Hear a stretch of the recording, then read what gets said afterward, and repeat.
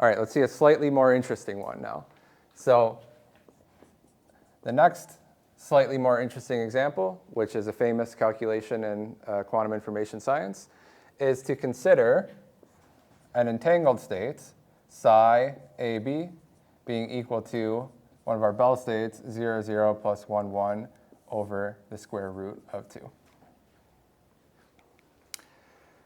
So going through the same steps here, I want you to write down what the density matrix for this pure state is. Still a pure state, but now it's an entangled one.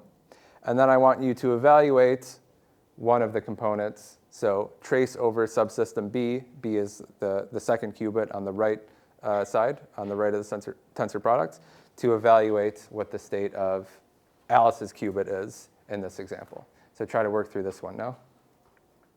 Did anyone get to a density matrix? Let me write down the density matrix so we all agree on this before we evaluate the partial trace. So rho AB is going to be nothing more than the outer product of psi with itself. And so to do this, I'll have a 1/2 out front, and then I have 0, 0 plus 1, 1, and then 0, 0 plus 1, 1. Does everyone agree?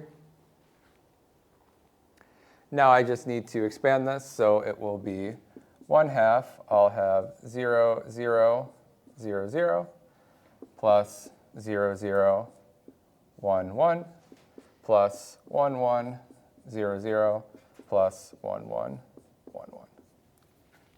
Okay? You can still use the subscripts A and B if you'd like, but already you see that the notation becomes a little bit cumbersome in this example. So formally, this is the density matrix, rho AB, corresponding to the pure entangled states, one of the 4 Bell states, psi AB. And now we would like to evaluate rho sub A as the trace over B of rho AB. So this is your next task.